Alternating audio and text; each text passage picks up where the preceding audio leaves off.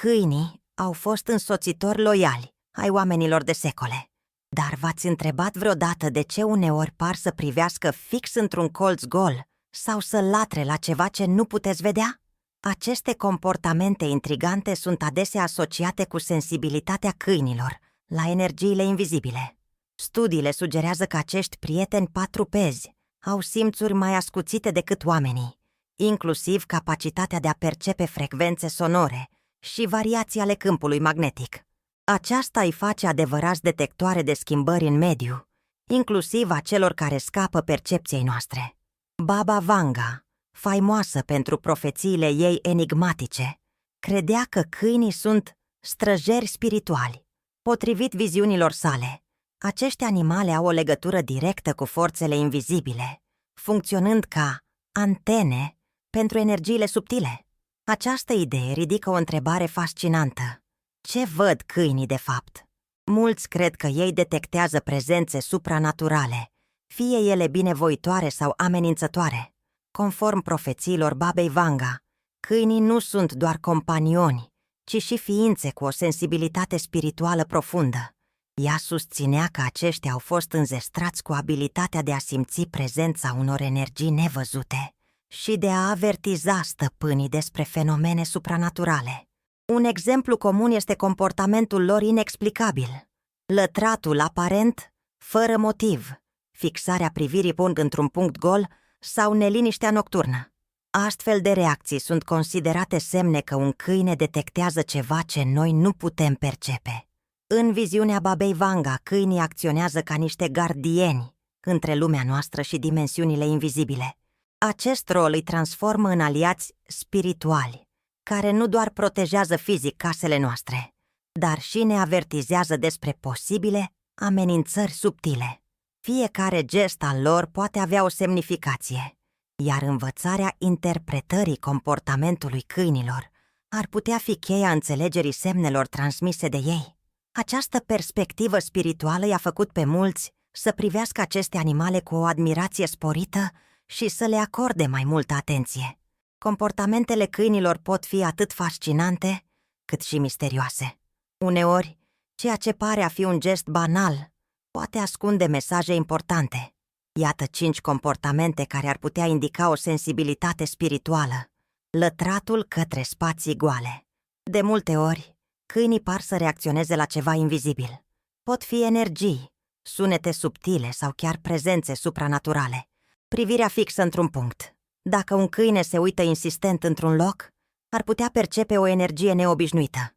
Neliniștea nocturnă, când câinii devin agitați noaptea, poate fi un semn al schimbărilor energetice din casă.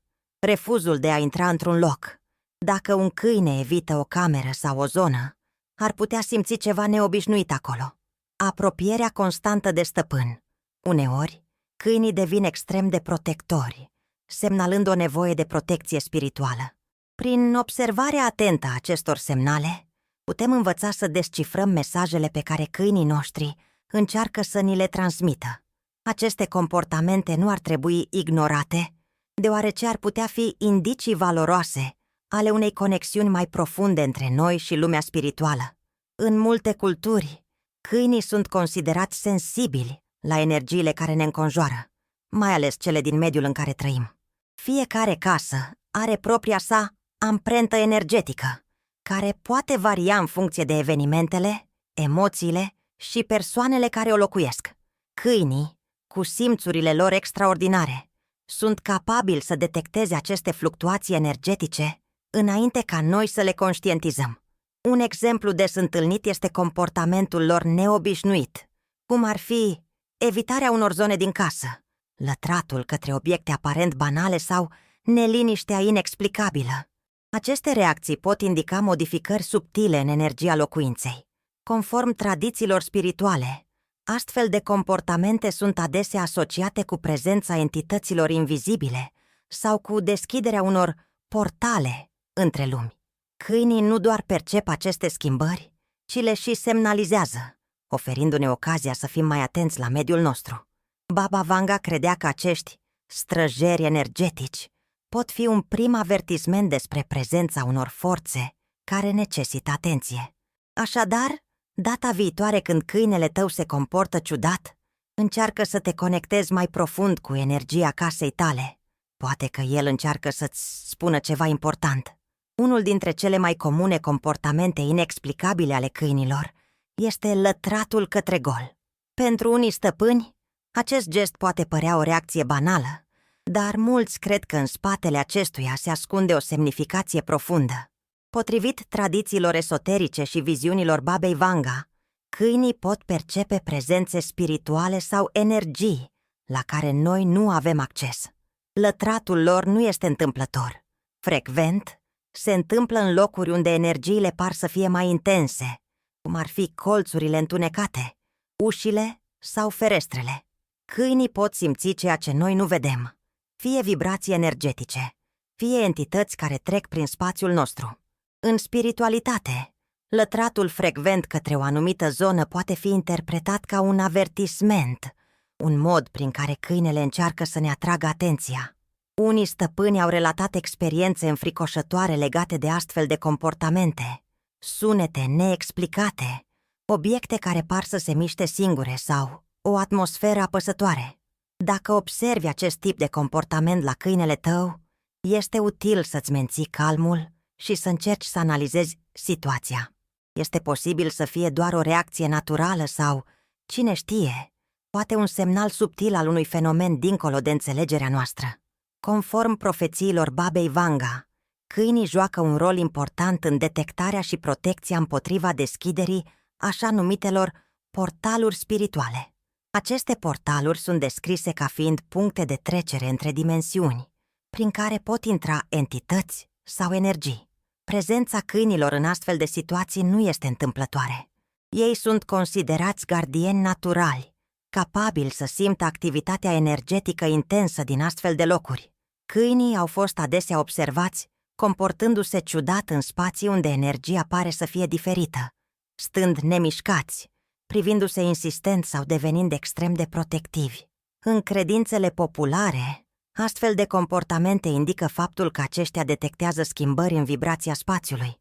Baba Vanga avertiza că în locuințele unde se deschid aceste portaluri, câinii sunt primii care reacționează, fie prin lătrat, fie printr-un comportament vizibil anxios. Acești gardieni între lumi nu doar avertizează asupra potențialelor pericole, ci și protejează împotriva energiilor care ar putea fi nocive. Este esențial să fim atenți la semnalele câinilor și să ne asigurăm că atmosfera din casă rămâne armonioasă. Ritualurile de curățare energetică, cum ar fi arderea salviei sau utilizarea sunetelor armonice, pot fi metode utile pentru a restabili echilibrul. Biblia menționează în mod indirect rolul animalelor în planul divin, iar câinii nu fac excepție. În versetul Proverbe 12:10 se afirmă că cel drept își îngrijește vitele, dar inima celui rău este nemiloasă. Acest verset, deși nu se referă direct la câini, scoate în evidență grija și respectul pe care oamenii trebuie să le acorde animalelor. În multe interpretări spirituale, câinii sunt văzuți ca mesageri divini sau protectori ai gospodăriei. Pe parcursul istoriei, câinii au fost descriși ca ființe loiale, gata să-și protejeze stăpânii în orice situație. În unele tradiții, ei sunt considerați daruri de la Dumnezeu, oferindu-le oamenilor nu doar protecție fizică, ci și spirituală. Baba Vanga a legat acest concept de ideea că prezența câinilor în viața noastră este o formă subtilă de intervenție divină, oferindu-ne un sprijin neprețuit în fața forțelor invizibile. Această legătură spirituală este amplificată de modul în care câinii își arată loialitatea și sensibilitatea. Prin urmare, este important să respectăm și să protejăm aceste ființe, văzând în ele mai mult decât simple animale de companie. Ele sunt, în esență, un dar spiritual care ne ajută să navigăm în această lume complexă. Câinii nu pot vorbi, dar asta nu înseamnă că nu comunică. Comportamentul lor este plin de semnificații, mai ales când vine vorba despre semnalarea unor schimbări energetice sau spirituale. De exemplu, un câine care stă mereu lângă tine și te privește fix ar putea încerca să-ți transmită un sentiment de confort sau protecție. Pe de altă parte, Un comportament agitat, precum alergatul în cercuri sau lătratul constant, poate fi un semnal de avertizare. Este esențial să fii atent la detalii. Locurile unde câinele evită să intre, momentele când devine subit neliniștit sau situațiile în care stă fixat asupra unui obiect sau loc gol. Aceste comportamente pot indica o schimbare energetică în spațiul tău sau o încercare de a atrage atenția asupra unui lucru pe care nu l-ai observat. Baba Vanga a susținut că acești indicatori comportamentali sunt semne clare ale unei legături profunde între câini și lumea spirituală. Pentru a înțelege mai bine ce încearcă câinele tău să-ți comunice, încearcă să observi tiparul comportamentului său. Oferă-i timp și atenție, iar în momentele de liniște, încearcă să te conectezi la energia din jurul tău. Comunicarea cu câinii noștri nu este doar o interacțiune fizică, ci și una spirituală, care ne poate ajuta să fim mai receptivi la lumea invizibilă. De-a lungul timpului, mulți oameni au împărtășit povești despre comportamente inexplicabile ale câinilor lor, povești care sugerează o legătură cu supranaturalul. Una dintre cele mai întâlnite relatări implică câinii care latră constant la colțuri întunecate sau stau fixați asupra unui punct gol din casă. Stăpânii, inițial confuzi, au descoperit mai târziu că aceste locuri aveau o istorie tulburătoare, cum ar fi evenimente tragice sau prezența unor energii reziduale. Un alt exemplu des întâlnit este comportamentul protector exagerat. În anumite situații, câinii refuză să lase stăpânii să intre într-o cameră sau într-un spațiu specific. Relatările arată că aceste zone adesea au fost asociate cu senzații inexplicabile de frig, mirosuri neobișnuite sau chiar sunete stranii. În astfel de cazuri, câinii nu doar că avertizează, ci par să încerce activ să-și protejeze stăpânii de ceva ce consideră periculos. Aceste experiențe autentice, împărtășite de oameni din întreaga lume, întăresc ideea că câinii pot percepe mai mult decât putem noi înțelege. Dacă ai trăit o astfel de experiență cu câinele tău, este momentul perfect să o împărtășești în comentarii. Poate povestea ta va ajuta pe cineva să-și înțeleagă mai bine propriul câine. A învăța să interpretezi semnalele câinelui tău este o abilitate care poate aduce beneficii atât în viața de zi cu zi, cât și în momentele cu semnificații spirituale. Primul pas este să fii atent la tiparele comportamentale. Dacă observi că un câine latră constant în aceeași direcție, evită o anumită zonă sau devine brusc anxios, aceste comportamente nu trebuie ignorate. Un alt element important este contextul. Câinii sunt sensibili la schimbările de mediu, dar și la energia oamenilor din jurul lor. Dacă te simți stresat sau agitat, câinele tău va prelua acea energie și o va reflecta în comportamentul său. În schimb, dacă ești calm și relaxat, dar câinele tău reacționează neobișnuit, ar putea semnala o influență externă. Baba Vanga sublinia importanța de a trata aceste semne cu respect. Nu este necesar să te sperii, ci mai degrabă să fii deschis și să încerci să înțelegi ce se întâmplă. Dacă simți că atmosfera din casă este apăsătoare sau dacă există o repetitivitate în comportamentul câinelui, poate fi util să încerci ritualuri simple de curățare energetică. În plus, nu uita să acorzi câinelui tău mai multă atenție și timp. Uneori, simpla conexiune cu el poate aduce o mai bună înțelegere a mesajului pe care încearcă să-l transmită. Comunitatea este un loc perfect pentru a învăța unii de la alții, iar poveștile tale pot oferi inspirație sau confort celor care trec prin situații similare. Dacă ai experimentat vreodată un moment în care câinele tău a reacționat în mod misterios, acesta este momentul să împărtășești detaliile. Câinele tău a lătrat la un colț gol? A refuzat să intre într-o cameră? Sau poate te-a protejat de ceva ce nu ai putut explica? Scrie povestea ta în comentarii. Este posibil să descoperi că nu ești singur în aceste experiențe. Fiecare poveste adăugată contribuie la o mai bună înțelegere a modului în care câinii noștri interacționează cu lumea spirituală. În plus, cine știe, poate că un alt cititor îți va oferi o perspectivă nouă sau o explicație la ceea ce ai trăit. Aceasta este șansa de a transforma videoclipul într-o conversație reală, în care fiecare voce contează.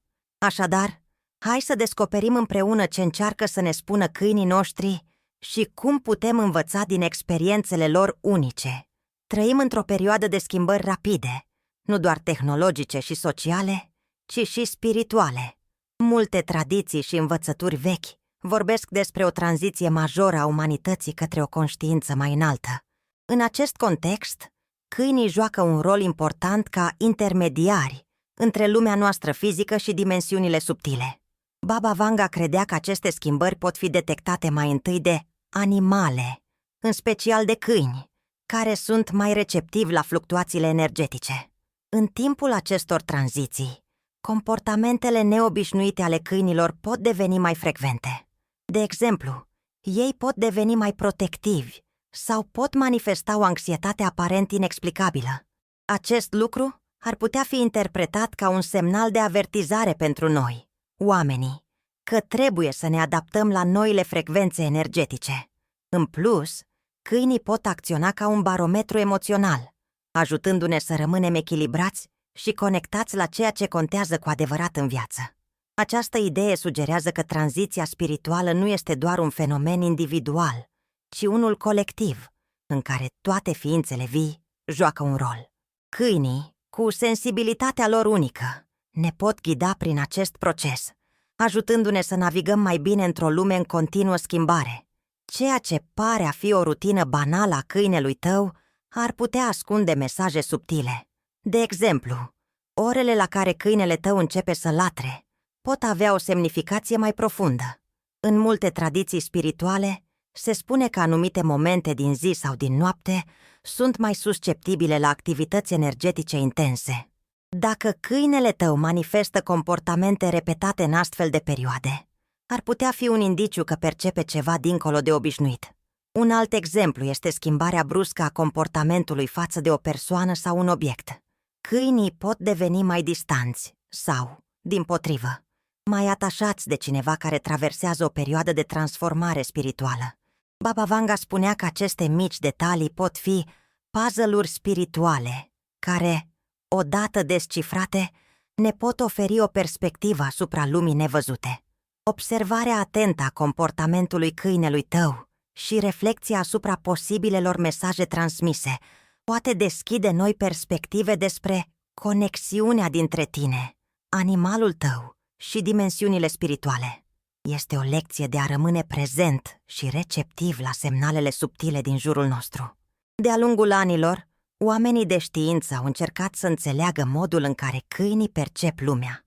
Este bine cunoscut faptul că simțurile lor sunt mult mai dezvoltate decât ale oamenilor. Văzul în lumină scăzută, mirosul de până la 10.000 de ori mai puternic și auzul care captează frecvențe inaudibile pentru noi. Dar ce înseamnă toate acestea dintr-o perspectivă spirituală? Studiile sugerează că aceste simțuri avansate îi ajută pe câini să detecteze modificări subtile în mediul înconjurător, cum ar fi vibrațiile energetice sau schimbările în câmpurile magnetice. Aceste descoperiri științifice par să susțină ideile spirituale conform cărora câinii sunt capabili să perceapă ceea ce noi nu putem. Cu toate acestea, granița dintre știință și spiritualitate rămâne adesea neclară. În timp ce cercetătorii încearcă să explice aceste fenomene prin biologie, spiritualitatea adaugă o dimensiune care depășește cunoașterea noastră actuală. Câinii, astfel, rămân un simbol al conexiunii dintre cele două lumi, cea tangibilă și cea invizibilă. Într-o lume din ce în ce mai agitată, câinii noștri pot fi o sursă de calm, dar și de avertizare. Ei ne amintesc să fim mai atenți la ceea ce se întâmplă în jurul nostru, atât pe plan fizic, cât și spiritual. Dacă câinele tău încearcă să-ți atragă atenția asupra ceva ce nu poți vedea sau înțelege, poate este momentul să încetinești și să asculți. Baba Vanga spunea că acești străjeri spirituali sunt daruri pentru umanitate, menite să ne ghideze și să ne protejeze.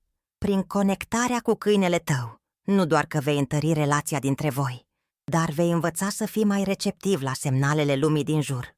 Aceasta nu este doar o lecție despre animale, ci și despre noi înșine, despre cum să fim mai prezenți, mai deschiși și mai conectați la tot ce ne înconjoară. Așadar, acordă câinelui tău timpul și atenția pe care le merită. Este posibil ca, în tăcerea lor, să găsim răspunsurile la multe întrebări pe care nici nu știam că le avem.